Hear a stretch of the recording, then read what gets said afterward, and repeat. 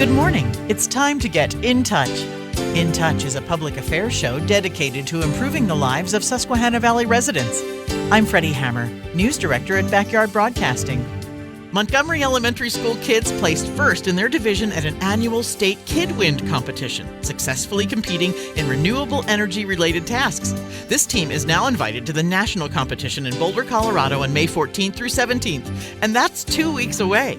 So, how can we help send these amazing WindBreakers, that's the name of their team, to the National KidWind Challenge?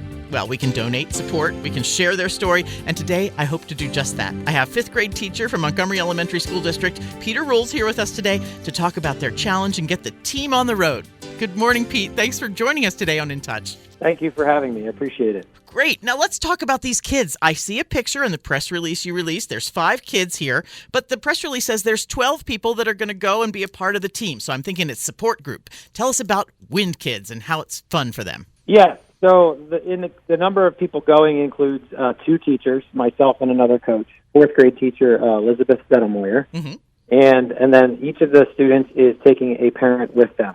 So that works out. It helps me out with managing the trip, and I can focus on the competition element and working with the students through those, and the parents can enjoy seeing their kids compete, but also get to go on a really fun trip with them and spend some time with them, doing something that not a lot of kids have the opportunity to do. Yeah, tell me about how these kids won for a second year in a row. Now, is this the same team that won last year? Well, it's a different team altogether, and a few years ago, I started doing KidWind study in my classroom as part of my science curriculum. Okay.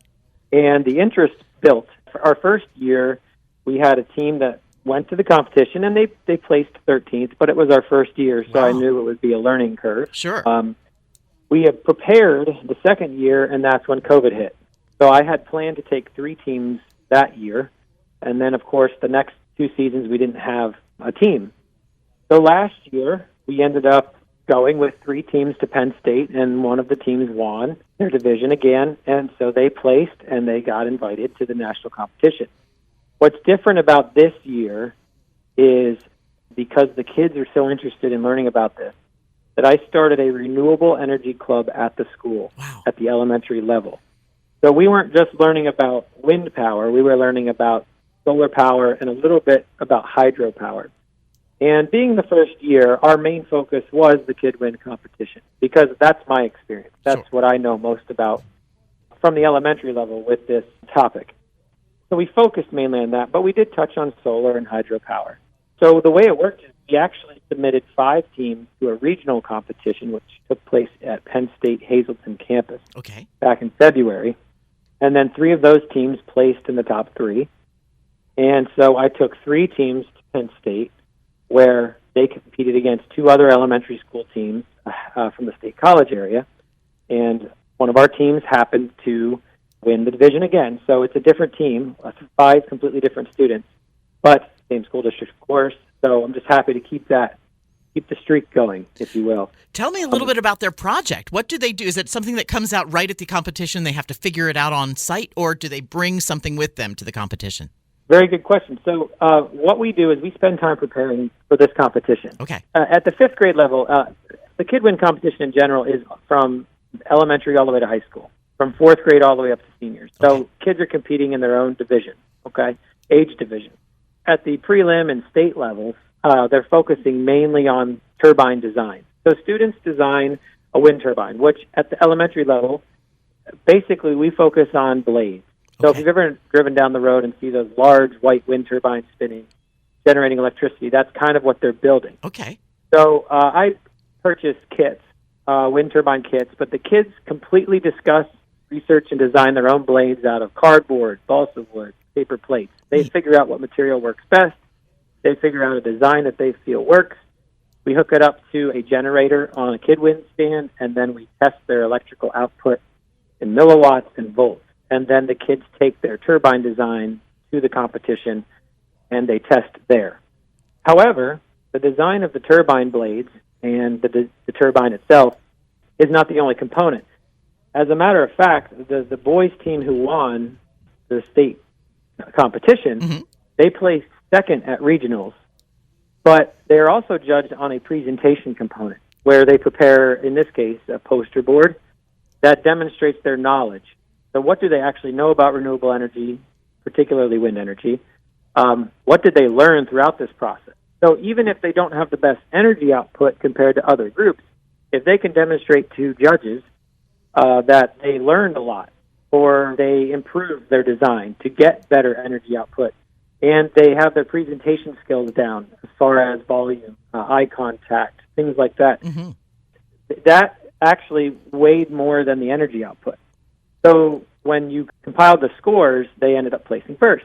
Wow. So the project doesn't just entail them playing around building this thing. They have to understand the whole component. They have to understand how it works, why we're doing it, what are the environmental impacts, and all at an elementary level, it's pretty impressive. It must be so much fun for them just to have this experience. Yes, and it's very much so, and it's very fun to watch them work together and learn on their own, really. Well, this is a fifth grade group that's going there, and you have high school students that also use the science process to compete with other kids. What kind of doors does this open for all the students, young and old? I mean, what are they heading towards? Well, actually, at the national competition, there are a lot more components involved. They'll be challenged on a solar array challenge. Okay. So basically, the students will have to connect a series of solar panels on a small scale together to generate enough power to power an underwater pump. And they have to try to use solar panels to activate the pump to pump water out of a container. And that's what they call an instant challenge. So the kids aren't prepped for that at all. They're given the materials and say, you have an hour to work as a team to get the highest velocity of water coming out of this tube. I bet you have a lot of confidence in your kids. Well, these kids are pretty independent learners, and they work quite well together, and they're all pretty good friends in school and outside, so I'm not too worried about it, to be honest. And it is fun to be challenged like that. And don't get me wrong, there are times that they'll argue and they'll complain about things. That's part of this process about how to solve problems in a team, especially at the elementary level. They're just figuring that out now at this age.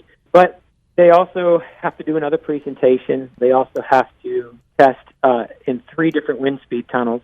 So they'll have a low wind speed, a high wind speed, and a medium wind speed. And they also have some other pop-up challenges. But to answer your original question on this part, there are going to be college students there because they have a thing called the Collegiate Wind Challenge. Oh. So there are a number of students, including students from Penn State, who will be going to this challenge on the college level. So how this is really impactful, in my opinion, from an elementary teacher's perspective is I'm on the low end trying to build interest in renewable energy in general, but also the mechanics of this, the construction, the communication component, and just basically open the door and say, hey, guys, this is a huge field that's growing. It's going to continue to grow throughout the entire world. And if you get started now and you have an interest, keep this in the back of your mind as you move forward. Even if KidWind isn't an option itself for them as they go through middle and high school, sure, it's still something that they can take with them. And my experience last year, there were college kids that were presenting their turbines, doing their tests, and they happened to have an international wind and solar energy convention at the same time the KidWind competition was going on. So some of these college students who were there with Texas A&M and Penn State, for example, they were actually being recruited and possibly even interviewed during this competition by solar and wind companies from around the globe. They're probably hungry for people with critical thinking. Very much so, very much so. And so what's really neat about this competition in general, though, is I've gotten to meet teachers from other districts who've been to nationals before, who I met last year. And it's just cool to see the interest that carries through.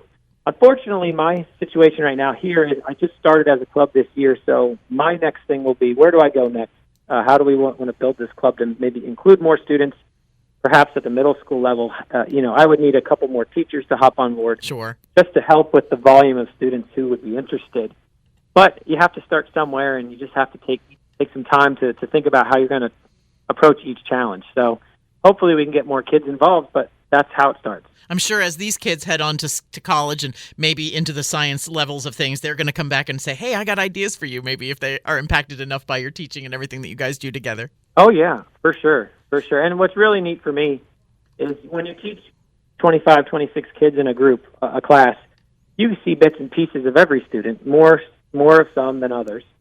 But when you have an opportunity like this for them to come in after school on their own time because they chose to be here, you really get to see how they work in teams. You get to really see their academic interest, but also their interest in real-world problems and, their outlook on solutions. How much do girls get involved in the club and in the things in class? Actually, we had 16 kids in our group, and the 5 boys who are in this group were the only boys. The other groups were all girls. Cool. And it was really cool. It was cool for me, too, because being a male teacher, I get along well with a lot of my students. I tend to build a solid rapport with them every year. But, of course, sometimes some of the boys flock a little bit closer just because I'm a guy, but it's just fun to connect with the girls, too, because it's amazing to see what all of them are capable of and their interests. But I had some students in the group who academically get A's and B's, but maybe a few C's.